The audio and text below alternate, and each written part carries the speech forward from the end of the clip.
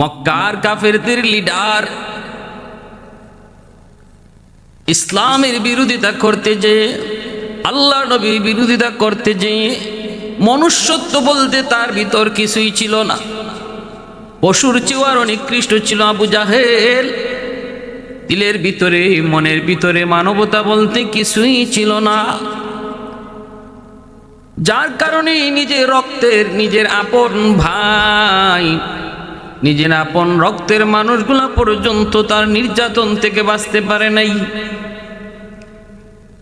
ইসলামের প্রাথমিক যুগ, আল্লাহর নবী, রহমতের নবী, তার নবী কালেমার দাওয়াত শুরু করেছেন। নবীজির দাওয়াতে মক্কার যুবক দলে দলে কালেমা পড়ে মুসলমান হয়। এই মুসলমান হওয়ার তালিকার মধ্যে আবু জাহেলের দুই ভাইও ছিলেন। একজনের নাম হলো হযরত সালামা রাদিয়াল্লাহু তাআলা আনহু, আরেকজন হলেন হযরত আইয়াশ রাদিয়াল্লাহু তাআলা আনহু। এই দুইজনের মধ্যে সালামা হলো আবু জাহেলের আপন ভাই, আর আইয়াশ হলো আবু জাহেলের আপন সৎ ভাই।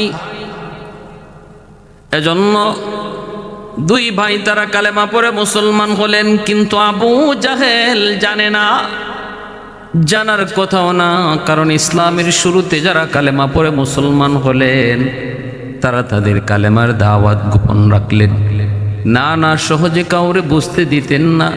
আল্লাহর নবীও নিষেধ করতেন, কালেমার কথা, ইমানের কথা প্রকাশ করা যায় না। কিন্তু মনে রাখবে যুবক, পূর্ব দিগন্তে যখন সূর্য উঠে যায়, পূর্ব দিগন্তে যখন সূর্য উঠে, সেই সূর্যের আলোকে কেউ চাপায় রাখতে পারে না, দাবায় রাখতে পারে না। ঠিক তেমনি ভাবে ইমান নামক সূর্যের আলো, ইমানের আলো যারা দিলের ভিতরে জ্বলে, এই ইমানটারও গোপন রাখা যায় না, চাইলেও গোপন রাখা যায় না।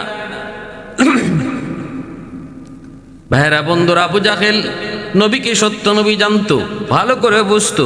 এরপরও আবু জাহেল নবীকে মানতো না। কারণ ছিল একটাই, তিনি নবীজিকে নবী মানলে আবু জাহেলের নেতাগিরি চলে যাবে, লিডারি চলে যাবে, সমাজের নেতৃত্ব তার হাতে থাকবে না, নবীজির হাতে নেতৃত্ব চলে যাবে। শুধু এই কারণে নবীকে নবী মানতো না। আর নতুবা নবীজের সত্য নবী সব প্রমাণ আবু জাহেলের কাছে ছিল, এরপরও মানত না। শুধুমাত্র একটা লোভ, নেতৃত্ব, ক্ষমতা। ক্ষমতার মোহ মানুষকে অন্ধ বানায় দেয়, সত্য মিথ্যার পরিচয় তখন বুঝে না। এর দৃষ্টান্ত হলো আবু জাহেল। আবু জাহেল একাকী, নিরিবিলি, তার থেকে এমন বহু কথা বের হয়েছে। বন্ধু আখনাস ইবনে শুরাইক বলেছে একাকী, দোস্ত মুহাম্মদ কেমন, একটু কও না। দোস্ত আমি আর তুমি তো, এখানে আর কেউ নেই। আখনাস বিন শুরাইককে আবু জাহেল পরিষ্কার বলেছে, মুহাম্মদ যে সত্য নবী এই ব্যাপারে কোনো সন্দেহ নাই। আখনাস বলে, তাহলে তুমি মানো না কেন? আবু জাহেল কয়, একটাই কারণ, মুহাম্মদকে যদি নবী মানি তাহলে আমার কাছে মানুষ আসবে না, আমার নেতাগিরি থাকবে না। এখন তো সমাজের মোড়ল আমি নেতা, আমি বিচার করি। মুহাম্মদকে নবী মানলে সবাই মুহাম্মদের কাছে যাবে, আমিও মুহাম্মদের কাছেই যেতে হবে। শুধু এই কারণে আবু জাহেল আমার আপনার নবীকে নবী হিসাবে মানত না। আমার ভাইরা বন্ধুরা, যুবক, এইদিকে আবু জাহেলের একজন দোস্ত, কাফেরদের লিডার, নাম হলো উতবা। উতবার ছেলের নাম হলো আবু হুযায়ফা রাদিয়াল্লাহু তাআলা আনহু। ইনিও কালেমা পড়ে মুসলমান হয়েছেন। এই সংবাদ আবু জাহেলের কানে আসলো। শোনা মাত্রই আবু জাহেল উতবার উপর খেপে গেল। কিরে উতবা, তোমার ছেলে কেমন করে মুসলমান হলো? জবাব দাও, জবাব। কেমন করে তোমার ছেলে কালেমা পড়ে মুসলমান হলো? উতবার ছেলে আবু হুযায়ফার উপর আবু জাহেল ক্ষিপ্র হয়ে উঠল। সে নিজেই যেন বিচার করবে, আর উতবাকে গালমন্দ শুরু করলো। বলতেছে, উতবা, তোমার ছেলেকে আমাদের হাতে তুলে দাও, আমরা এর দৃষ্টান্তমূলক শাস্তি দেব, দৃষ্টান্তমূলক শাস্তি দেব। তোমার ছেলেকে আমাদের হাতে তুলে দাও। কিন্তু উতবা কোনোভাবেই এই কথায় রাজি হয় না, হওয়ার কথাও না। উতবা কয়, আমার ছেলে যদিও কালেমা পড়ে মুসলমান হয়েছে, কিন্তু ছেলে তো আমার ছেলেকে আমি কেমন করে তোমাদের হাতে তুলে দিই? চোখের সামনে সন্তান, কেমন করে রক্ত ঝরবে, আমার সন্তানের শরীর থেকে রক্ত ঝরবে, আর আমি বাবা সেটা সইব, এটা কেমন করে সম্ভব হয় না। আবু জাহেলকে উতবা, এখনো সময়, ছেলেকে আমার হাতে তুলে দাও। কিন্তু উতবা এই কথাতে রাজি হন না, উতবা এই কথায় রাজি হয় না। আবু জাহেলকে উতবা এক পর্যায়ে বলে ফেলে, ও আবু জাহেল, আমার ছেলের খবর তুমি পরে লও, আগে নিজের ঘরের খবর লও, আগে নিজের ঘরের খবর লও। কই কের খবর? কই তোমার আপন দুই ভাই সালামা আর আইয়াস, এরা দুইজন কালেমা পড়ে মুসলমান হয়েছে, এই খবর তুমি রাখো নি। আবু জাহেলের জন্য আসমান ভেঙে মাথায় পড়ল, মোটু জানে না, জানার কথাও না, কেমন করে কি হলো আমার দুই ভাই কালেমা পড়ে মুসলমান হয়েছে, এটা আমি নিজেও জানি না।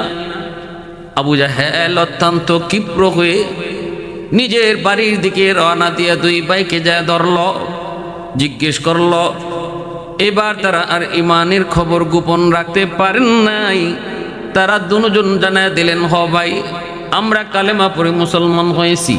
শুরু হয়ে গেল নির্যাতন, আবু জাহেলের নির্যাতন, আবু জাহেলের চেলা চামণ্ডদের নির্যাতন।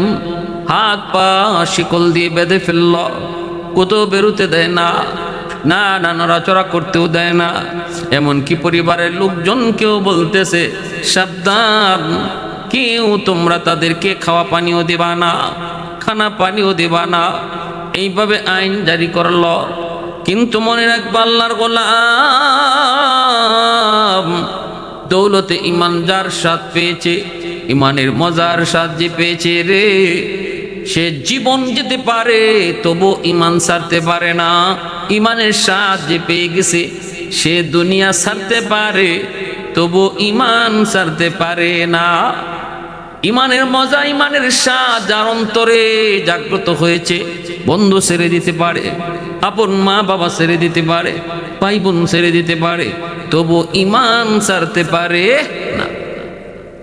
এত বড় দৌলত, এত বড় দৌলত, যে দৌলতের দ্বারা আল্লাহ পাক তারে জান্নাত দিবে, এই দৌলত আল্লাহ যারে দান করেছে, সে দৌলত কখনো ছাড়তে রাজি হয় না।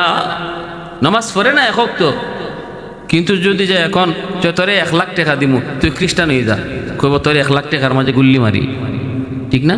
তোর 1 লাখ 2 লাখ টাকার মাঝে আমি গুল্লি মারি। নামাজ পড়ে না এক ওয়াক্ত, কিন্তু যদি কয় তুই হিন্দু হয়ে যা, তোরে আমি 3 লাখ টাকা দিয়ে দিই, কেউ রাজি হইতো না। প্যারে হাজিরিন, এজন্য ওই আবু জাহেলের দুই ভাই হযরতে সালামা আর হযরতে আইয়াস রাদিয়াল্লাহু তাআলা আনহুমা, এই দুই ভাই তারা আবু জাহেলকে জানায় দিল, ভাইয়া, আমরা কালেমা পড়েছি, যত নির্যাতন করো না কেন আমরা ইমান ছাড়ব না। আর মনে রাখো, তোমার গায়ে যে বাবার রক্ত, আমাদের গায়ে ওই বাবারই রক্ত, অতএব জিত যেমন তোমার আছে আমাদেরও আছে। আবু জাহেলের শিরা ঠান্ডা, কোনো লাভ হয় নাই। এটা ইসলামের প্রাথমিক যুগ। 10 বছর কেটে গেল, আল্লাহর নবী মক্কা থেকে মদিনায় হিজরত করলেন। সাহাবায়ে কেরাম মক্কা থেকে মদিনায় হিজরত করতেছেন, নির্যাতনের মাত্রা বেড়েই চলেছে, দুই ভাইয়ের উপরে নির্যাতনের মাত্রা বেড়েই চলেছে, কঠিন থেকে কঠিন নির্যাতন। আল্লাহর রাসূল সাল্লাল্লাহু আলাইহি ওয়াসাল্লাম সাহাবায়ে কেরামদেরকে অনুমতি দিলেন, মদিনায় হিজরত করো। সাহাবায়ে কেরাম তারা মদিনায় হিজরত করলেন, নবীজিও তিনি এক সময় হিজরত করবেন। ওই অবস্থায় তারা দুই ভাই তারাও হিজরত করতে চান, কিন্তু হিজরত করার কোনো সুবিধা তারা পান না, কারণ আবু জাহেলের নজর, কঠিন থেকে কঠিন নজর ছিল দুই ভাইয়ের উপর, এজন্য তারা সুযোগও পান না। এর ভিতরে আইয়াস রাদিয়াল্লাহু তাআলা আনহু, হযরত ওমর ফারুক রাদিয়াল্লাহু তাআলা আনহুর সহযোগিতায় তিনি হিজরত করার একটু সুযোগ পেয়ে গেলেন। মক্কা থেকে মদিনায় তিনি চলে আসলেন। যেই মাত্র আইয়াস মদিনায় হিজরত করে চলে আসলেন, সাথে সাথে আবু জাহেলের আরো কান খাড়া হয়ে গেল। আরেক ভাই যে সালামা, যে রয়ে গেছে, তার উপরে কড়া নজরদারি শুরু করলো। আবু জাহেল ভাবল, আইয়াস যখন চলে গেছে সালামাও চলে যাবে, অতএব তার দিকে নজর বাড়ায় দাও, তার দিকে দৃষ্টি বাড়ায় দাও। অত্যন্ত কঠিন থেকে কঠিন নজরদারিতে রাখল। সালামা তুই চেষ্টা করবি না, সাবধান, তুই মদিনায় যাওয়ার চেষ্টা করবি না, করলে কিন্তু তোরে হত্যা করে ফেলবো।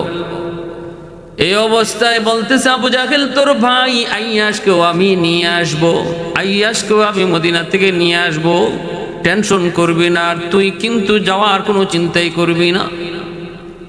আবু জাহেল ফন্দি করল কিভাবে আইয়াসকে মদিনার দিকে আনা যায়। কত বড় দুরন্দবাজ আবু জাহেল! উটের পিঠে সওয়ার হয়ে মদিনায় হাজির। আইয়াস দেখে ফেললেন, কাছে যায় বলতেছেন, তুমি মদিনায় কেন আসছো? আমাকে নিয়ে যাওয়ার জন্য বুঝি আসছো? অসম্ভব, মনে রেখো আমি কখনো যাব না, আমাকে তুমি নিতে পারবা না।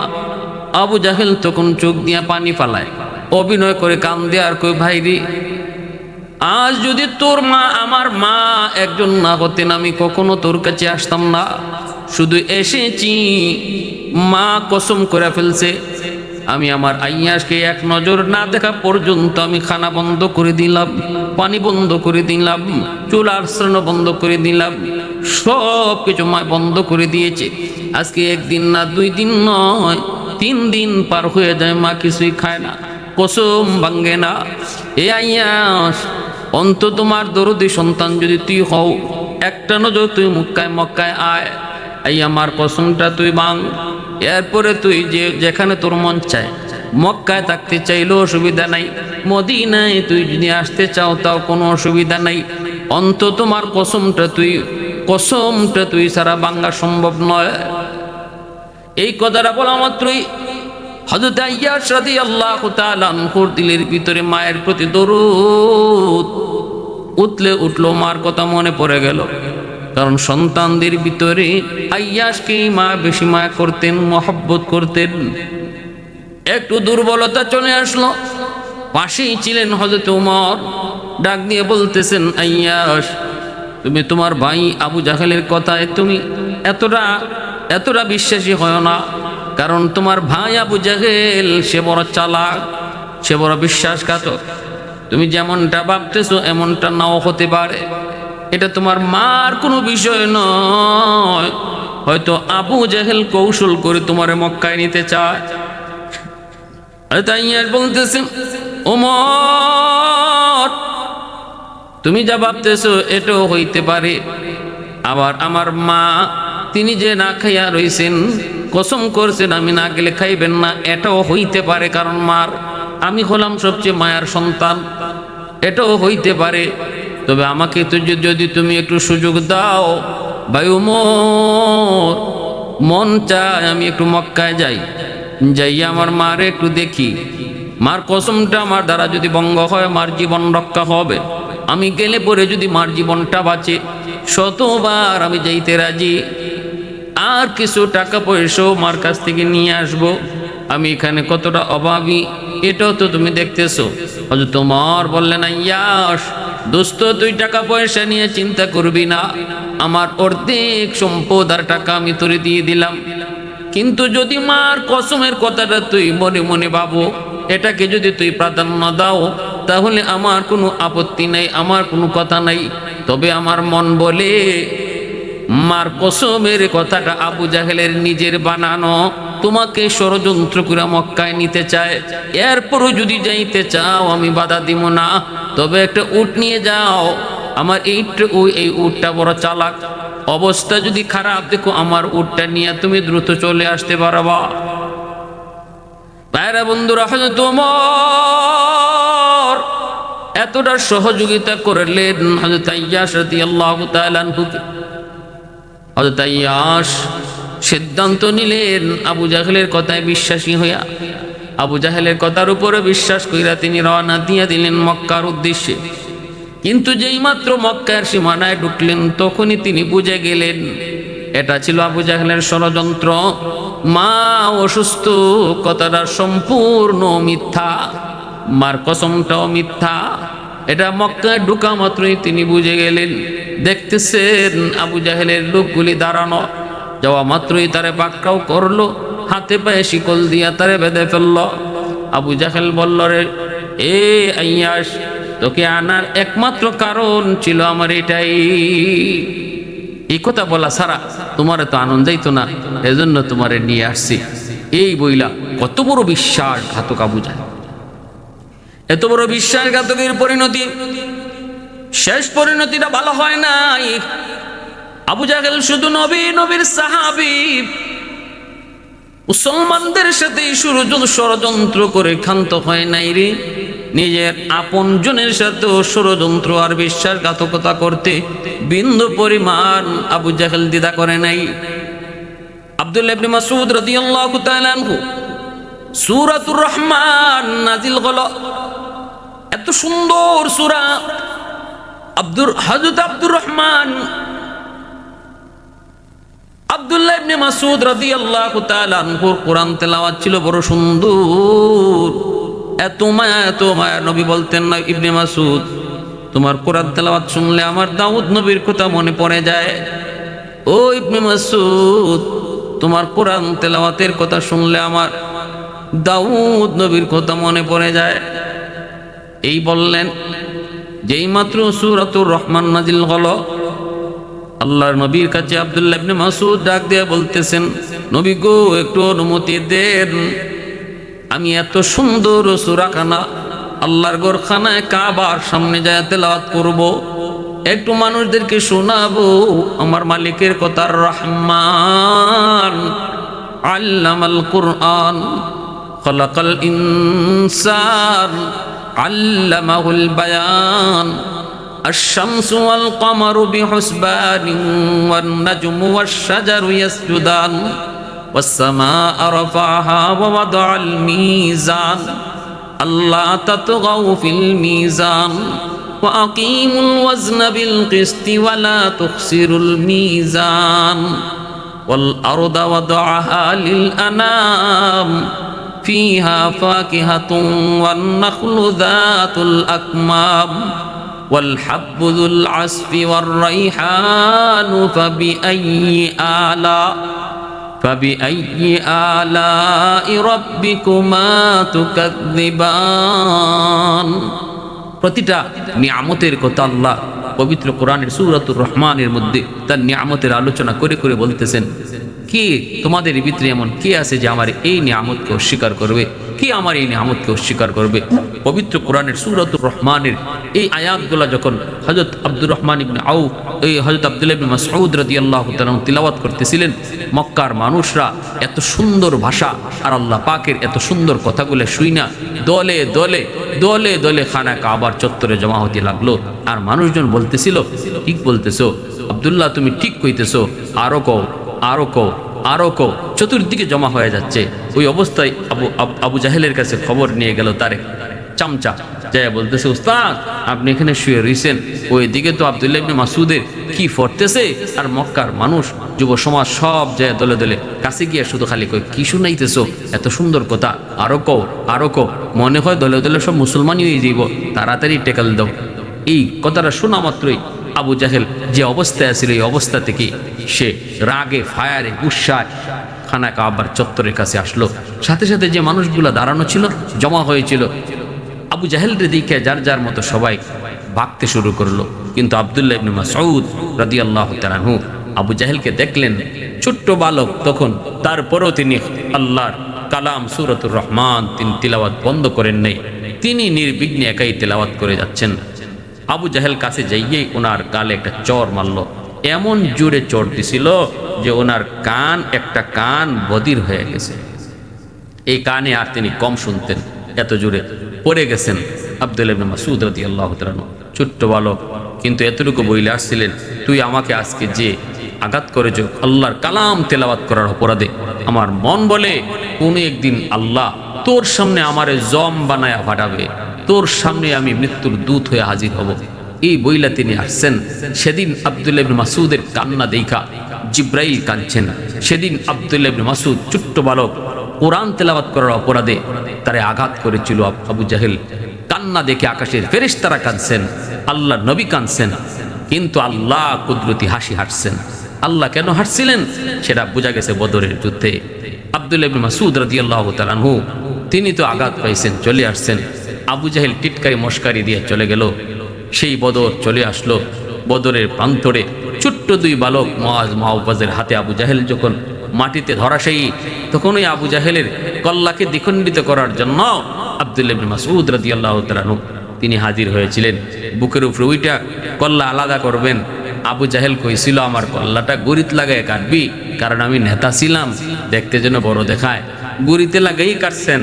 আর ওই কান, যেই কান দিয়া যেই কান ওনার বধির করছিল শিশুকালে, ওই বদলা নিতেছেন। কানের ভিতর দিয়া তলোয়ার ঢুকাইয়া এই কান দিয়া বাইর কইরা তলোয়ারের মাথার মধ্যে আবু জাহেলের কল্লা লইয়া আব্দুল্লাহ ইবনে মাসউদ রাদিয়াল্লাহু তাআলা নবীজির সামনে হাজির হয়েছে।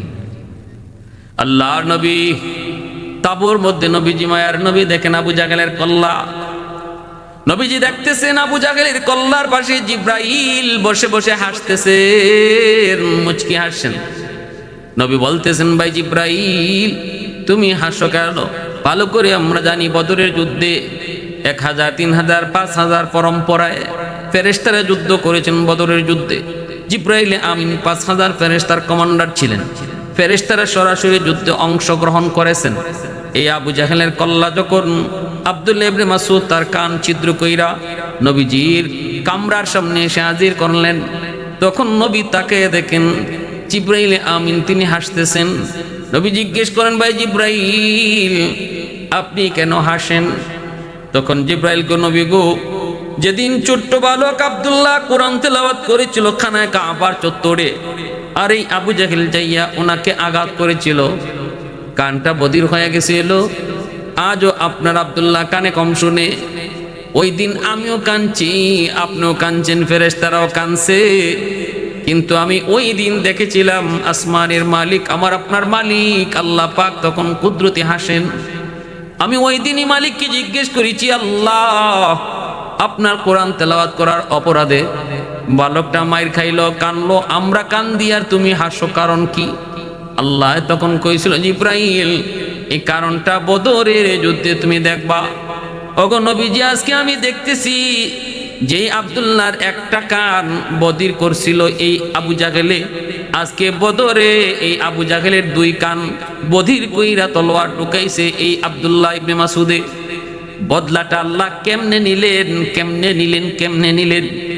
এজন্য ভাইরা, ইসলামের কঠিন থেকে কঠিন, ঘোর থেকে ঘোর দুশমন ছিল আবু জাহেল। যার আসল নাম ছিল আবুল হাকাম, জ্ঞানীর বাপ।